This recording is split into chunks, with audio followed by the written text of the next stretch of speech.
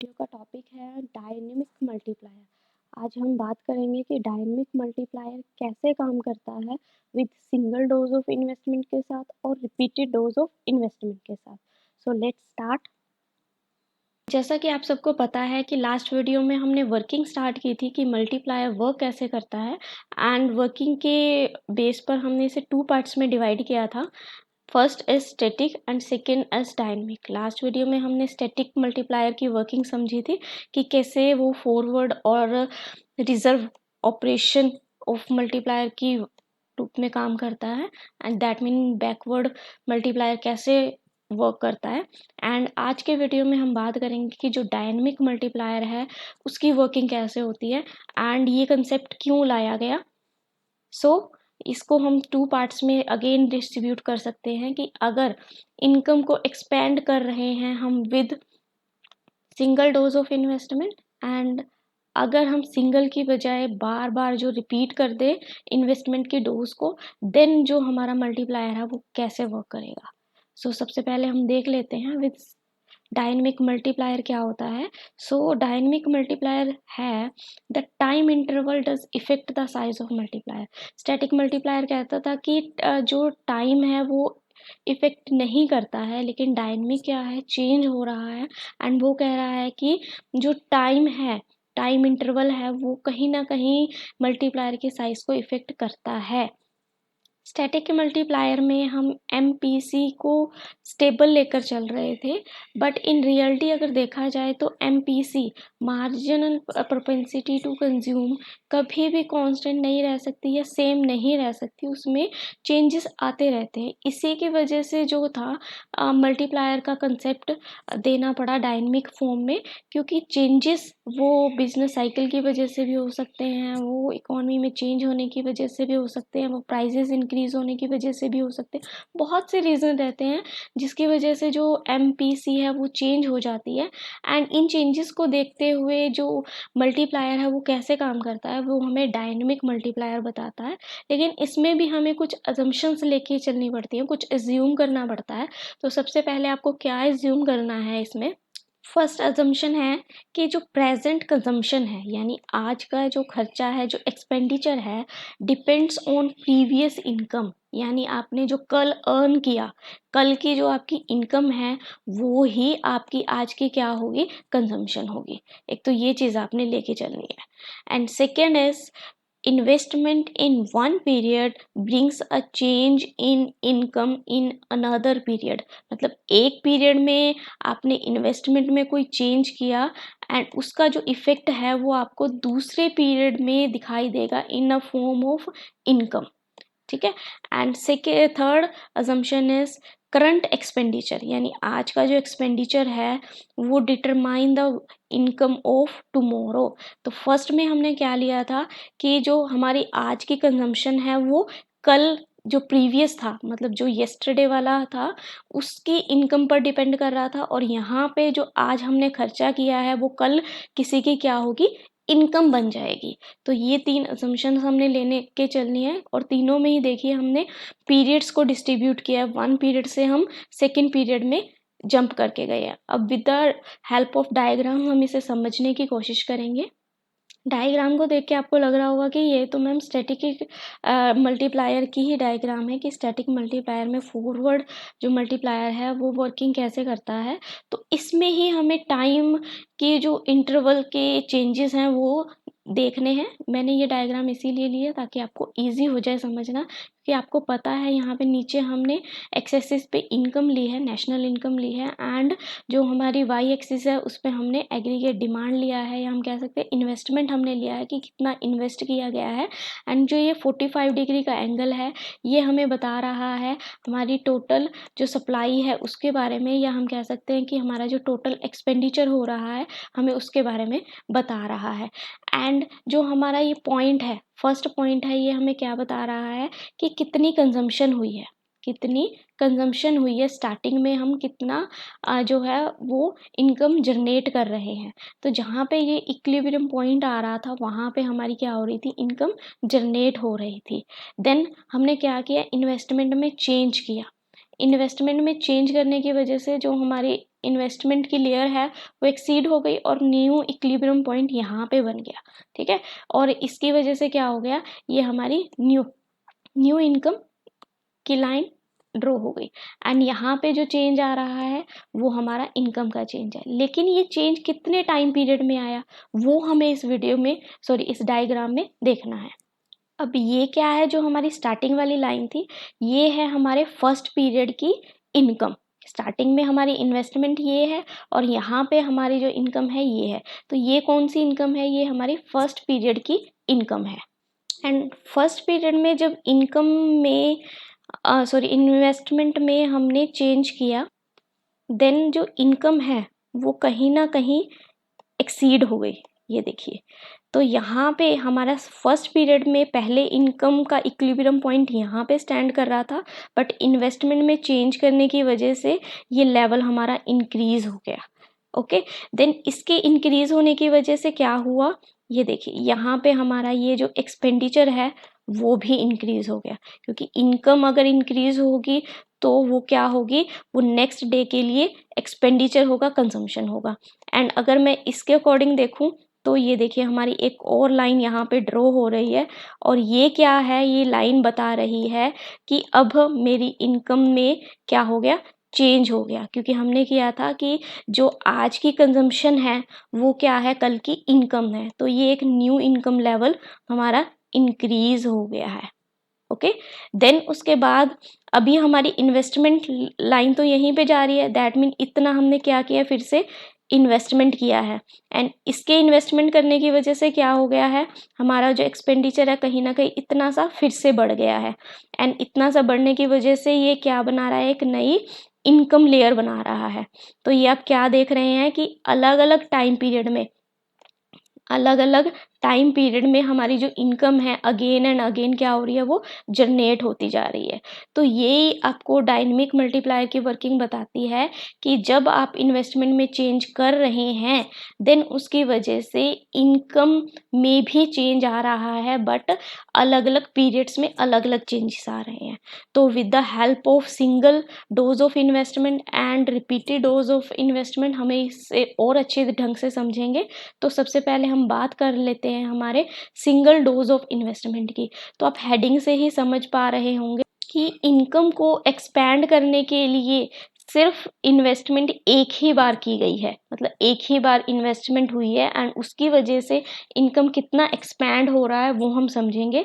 यहाँ पे हम एमपीसी को 3 अलग अलग स्टेजेस पे लेके सॉल्व करने की कोशिश करेंगे, जहाँ पे हम क्या ले रहे हैं, एमपीसी को 0 ले रहे हैं, देन फिर हमने एमपीसी को 0.5 यानी हाफ लिया है एंड फिर हमने एमपीसी को 1 लिया है। अगर आपको टेबल याद हो तो वहाँ पे हमने मल्टीप्लायर की वर्किंग की जब बात की थी, देन हमने मल्टीप्लायर को लेके फॉर्मूला यूज़ किया था जिसे केन्स ने दिया है एंड अकॉर्डिंग टू फॉर्मूला था 1 divided by 1 minus MPC। And इसकी हेल्प से हम कैलकुलेट कर रहे थे मल्टीप्लायर कि कितना टाइम जो है इन्वेस्टमेंट मल्टीप्लाई हो रहा है, जिसकी वजह से हम अपनी इनकम को कैलकुलेट कर पा रहे हैं। सो यहाँ पे आप फटाफट से कैलकुलेट करेंगे ये फॉर्मूले की हेल्प से। तो अब देखिए यहाँ पे हम नोट रिपीटेड ले रहे हैं, इन्वेस्टमेंट हमारी रिपीट नहीं हो रही है, MPC 0 है। तो अगर आप यहाँ पे 0 की वैल्यू पुट करेंगे तो आपका मल्टीप्लायर आएगा 1। इसका मतलब क्या है, इसका मतलब है income is the same ratio in which investment increase. Suppose करिए आपने 100 इन्वेस्टमेंट किया एंड आपका जो मल्टीप्लायर है वो भी कितना है, 1 है। तो 100 को 1 से मल्टीप्लाई करेंगे देन आंसर इज 1, यानी आपने जितना इन्वेस्ट किया उतनी ही आपकी इनकम हो गई। Okay, and second one is जब आप क्या ले रहे हो, एमपीसी को हाफ ले रहे हो, हाफ मीन्स 0.5 ले रहे हो। तो यहाँ पे जब आप वैल्यू पुट करेंगे 0.5 की, देन आपका जो आंसर आएगा, आपका जो मल्टीप्लायर आएगा वो कितना आएगा, 2 आएगा।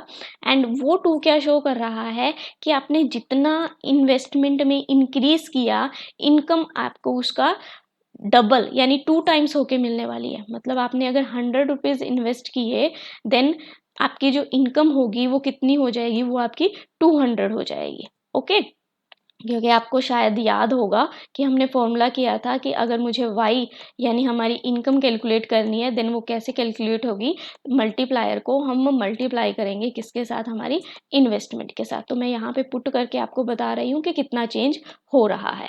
देन उसके बाद अगर मैं MPC 1 कर देती हूँ, यानी मेरी मार्जिन प्रोपेंसिटी टू कंज्यूम को 1 कर देती हूँ, मतलब जितना मैंने इन्वेस्ट किया वो सारा का सारा किस में यूज़ हो रहा है, कंजम्पशन में यूज़ हो रहा है, कुछ भी सेव नहीं किया जा रहा है। अगर हम अपने फॉर्मूले में 1 की वैल्यू पुट करते हैं, देन 1 माइनस 1 कितना हो जाएगा, 0। एंड 1/0 की वैल्यू कितनी होती है, वो होती है इन्फिनाइट। इसका मतलब क्या होता है, यू कांट जज, you can't calculate.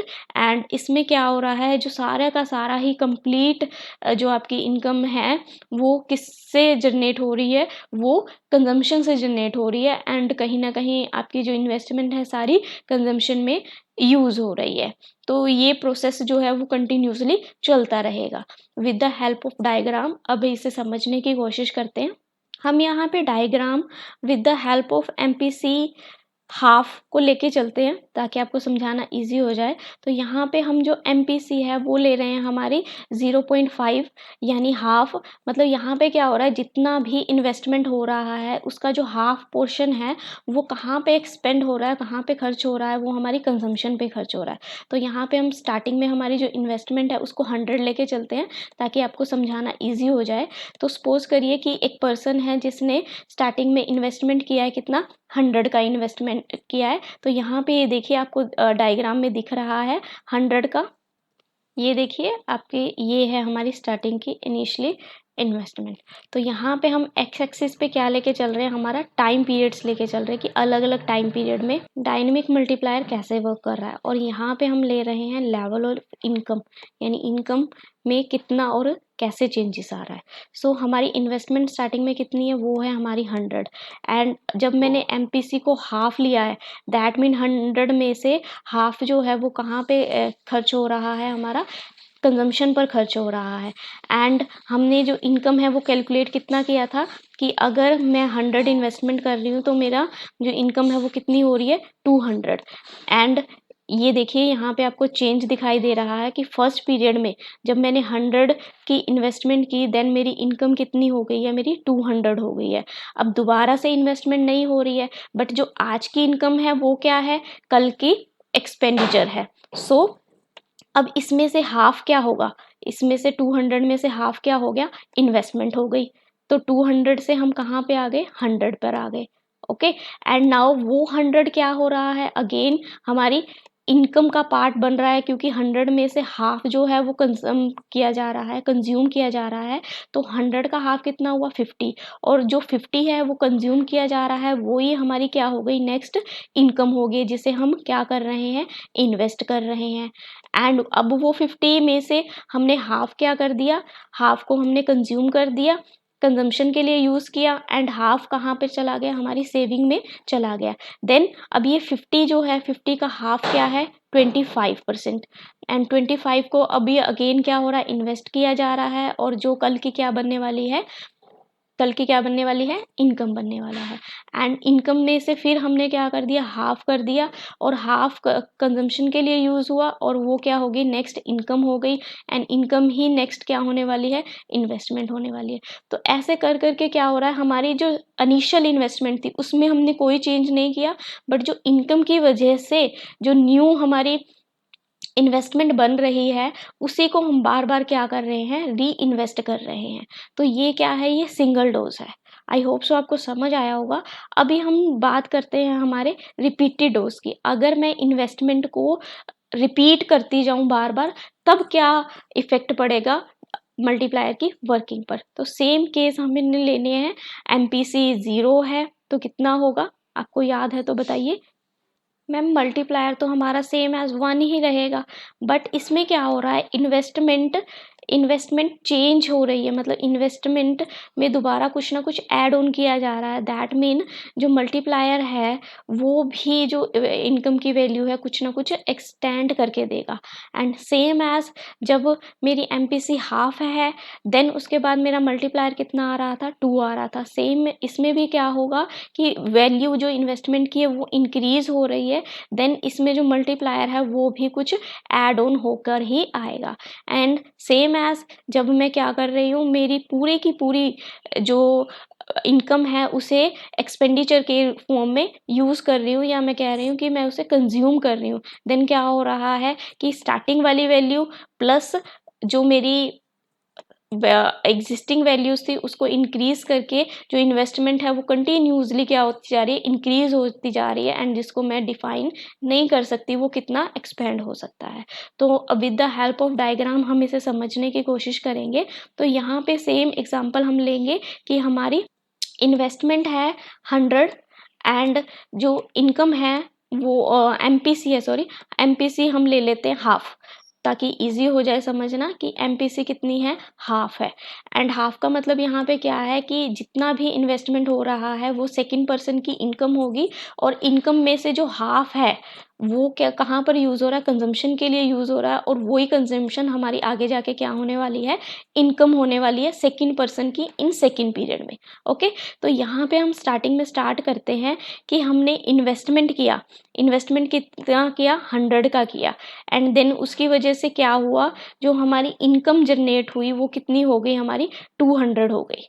Okay, and अभी 100 तो कंटिन्यूसली हर लेवल पर चलेगा ही चलेगा, क्योंकि हम बार बार क्या कर रहे हैं, 100 इन्वेस्ट कर रहे हैं, क्योंकि हमारी रिपीटेड डोज यहाँ पे इन्वेस्टमेंट की दी गई है। तो हर एक लेवल पे आपको 100 तो दिखाई ही देगा, ठीक है। देन उसके बाद क्या हो रहा है, आप अगर ध्यान से देखेंगे तो ये 100 की वजह से हमारी जो इनकम है वो 200 हो गई है। अभी 200 किसी पर्सन की इनकम है जिसमें से उसने 100 किस लिए यूज़ किया है, कंजम्पशन के लिए, एंड 100 किस लिए कर रहा है, वो सेविंग कर रहा है, क्योंकि हमारी जो MPC है वो कितनी है, हाफ है। तो अभी 100 हमारा पहले था, देन 100 और प्लस हो गया, दैट मीन अभी मेरी इन्वेस्टमेंट कितने की हो गई है, 200 की इन्वेस्टमेंट हो गई है।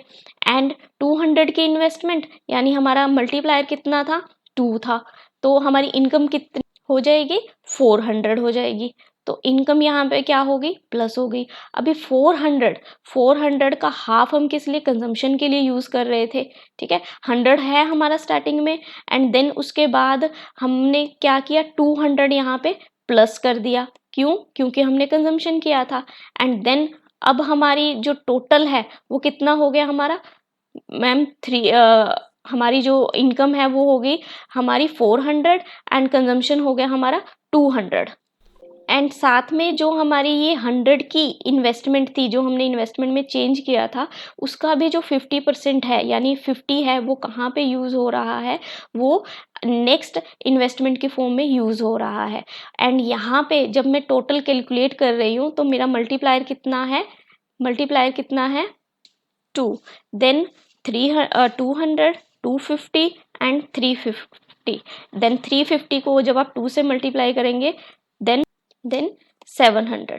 तो ऐसे क्या हो रहा है, आप देख पाएंगे कि इनकम जो है हर एक स्टेप पर, हर एक पीरियड के बाद जब दूसरा पीरियड आ रहा है तो ऑटोमेटिकली क्या हो रही है, इंक्रीज होती जा रही है। और जितनी इनकम इंक्रीज होगी उतना ही लेवल जो है वो कंजम्पशन का भी इंक्रीज होगा, क्योंकि नेक्स्ट कंजम्पशन हमारी क्या बनने वाली है, हमारी दूसरे पर्सन के लिए इनकम बनने वाली है। सो इस तरीके से जो हमारा रिपीटेड डोज ऑफ इन्वेस्टमेंट है वो वर्क करता है। और ये कब तक वर्क करता है, जब तक हम कहाँ पर नहीं पहुँच जाते, जहाँ तक हमारी डिज़ायर्ड जो वैल्यू है वो हमें मिल नहीं जाती। तो आई होप सो आपको समझ आया होगा। Then one question for you कि complete income is spend on consumption. तो यहाँ पे इसका मतलब क्या है कि MPC 0 है, MPC इन्फिनाइट है, MPC हाफ है यानी 0.5 है, या MPC 1 है। सो कमेंट बॉक्स में ज़रूर कमेंट करेगा। Thank you very much for this.